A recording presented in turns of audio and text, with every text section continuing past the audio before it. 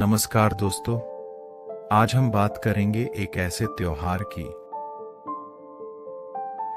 जो न केवल भारत में बल्कि दुनिया के कई हिस्सों में बड़े उत्साह के साथ मनाया जाता है। जी हां, दिवाली। लेकिन क्या आपको पता है कि दिवाली मनाने की परंपरा कब और कैसे शुरू हुई? आइए आज के इस सफर में हम इस त्योहार के इतिहास, धार्मिक कथाओं और सांस्कृतिक पहलुओं का गहन विश्लेषण करेंगे। दिवाली के त्योहार से कई धार्मिक कथाएं जुड़ी हुई हैं। अलग अलग प्रांत और धर्म के लोग इस त्योहार को अपने अपने तरीकों से मनाते हैं। सबसे प्रमुख कथा जो दिवाली से जुड़ी है वह है रामायण से। इस कथा में भगवान राम 14 साल के वनवास और लंका के राजा रावण पर विजय प्राप्त करने के बाद अयोध्या लौटते हैं। उनके आगमन पर अयोध्या के लोग अपने घरों को दीपकों से सजाते हैं। यही परंपरा आज भी हम हर साल दिवाली के दिन निभाते हैं। एक दूसरी प्रसिद्ध कथा जो भगवान श्री कृष्ण से जुड़ी है, जिसमें वे नरकासुर नामक असुर का वध करते हैं। यह कथा भारत के कई प्रांतों में दिवाली के पहले नरक चतुर्दशी के रूप में मनाई जाती है। यह असुर धरती पर भय और अधर्म का प्रतीक था, जिसे भगवान श्री कृष्ण ने समाप्त किया। दिवाली से जुड़ी तीसरी महत्वपूर्ण कथा है मां महालक्ष्मी की, जो धन, समृद्धि और वैभव की देवी मानी जाती हैं। ऐसा माना जाता है कि दिवाली की रात महालक्ष्मी पृथ्वी पर आती हैं और जिन घरों में साफ सफाई और दीपों की रोशनी होती है वहां वास करती हैं। इसलिए दीपावली के दिन घर की साफ सफाई, दीप जलाना और महालक्ष्मी की पूजा करना विशेष महत्व रखता है। और यह सभी हिंदू जनों के घरों की प्राचीन परंपरा है। दिवाली सिर्फ धार्मिक त्योहार नहीं है, यह सांस्कृतिक रूप से भी बहुत महत्वपूर्ण है। भारत के विभिन्न राज्यों में इस त्योहार को अलग अलग तरीकों से मनाया जाता है। उत्तर भारत में यह राम की अयोध्या वापसी से जुड़ा है, जबकि दक्षिण भारत में इसे कृष्ण द्वारा नरकासुर के वध के उपलक्ष्य में मनाया जाता है।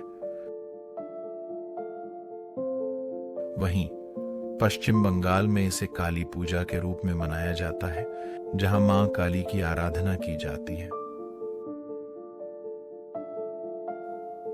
इस घरों में रंगोली बनाई जाती है, पटाखे फोड़े जाते हैं और मिठाइयां बांटी जाती हैं। एक दूसरे के घरों में जाकर लोग शुभकामनाएं देते हैं और साथ मिलकर खुशियां मनाते हैं। दिवाली की रोशनी और रंग बिरंगे दीपकों का उत्सव हमें आपसी भाईचारे और एकता का संदेश देता है। इतिहासकारों का मानना है कि दिवाली का संबंध सिर्फ धार्मिक और सांस्कृतिक घटनाओं से ही नहीं है, बल्कि यह आर्थिक गतिविधियों से भी जुड़ा हुआ है। प्राचीन काल में दिवाली को नई फसल के आने और व्यापारिक वर्ष के अंत के रूप में भी मनाया जाता था। इस दिन व्यापारी अपने पुराने खातों का समापन करते थे और नए साल के लिए खाता बही की शुरुआत करते थे। इस परंपरा को आज भी कई व्यावसायिक घराने निभाते हैं। कई स्थानों पर इसे कृषि और व्यापार का त्योहार भी माना जाता है। यह समय होता है जब फसलें कटकर घर आती हैं और लोग अपने आर्थिक जीवन में समृद्धि की कामना करते हैं। इसी कारण धनतेरस का महत्व बढ़ जाता है। जब लोग नई चीजें खरीदते हैं और इसे शुभ मानते हैं। आधुनिक युग में दिवाली ने और भी व्यापक रूप धारण कर लिया है। यह अब न केवल भारत में बल्कि पूरी दुनिया में एक बड़े उत्सव के रूप में मनाया जाता है। विदेशी धरती पर बसे भारतीय समुदाय भी इसे पूरी धूमधाम से मनाते हैं। तकनीकी युग में हम दिवाली के संदेश को सोशल मीडिया के माध्यम से एक दूसरे तक पहुंचाते हैं, लेकिन इस दिन की असली खूबसूरती वही होती है जब हम अपने परिवार और दोस्तों के साथ इसे साझा करते हैं। आज के समय में जहां हम तेज रफ्तार जिंदगी में खो जाते हैं, वही दिवाली हमें एक बार फिर से अपने प्रियजनों के साथ समय बिताने, पुरानी यादों को ताजा करने और आपसी संबंधों को मजबूत करने का अवसर देती है।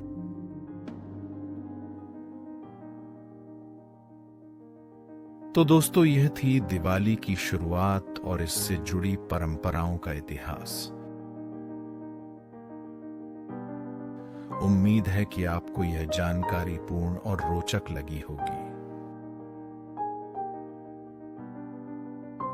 यह त्योहार हमें अंधकार से प्रकाश की ओर, बुराई से अच्छाई की ओर बढ़ने का संदेश देता है। इस दिवाली हम सभी मिलकर इस संदेश को और भी गहराई से समझें और एक उज्जवल भविष्य की ओर कदम बढ़ाएं। आप सभी को हमारी ओर से दिवाली की हार्दिक शुभकामनाएं। रोशनी का यह पर्व आपके जीवन में सुख, शांति और समृद्धि लेकर आए।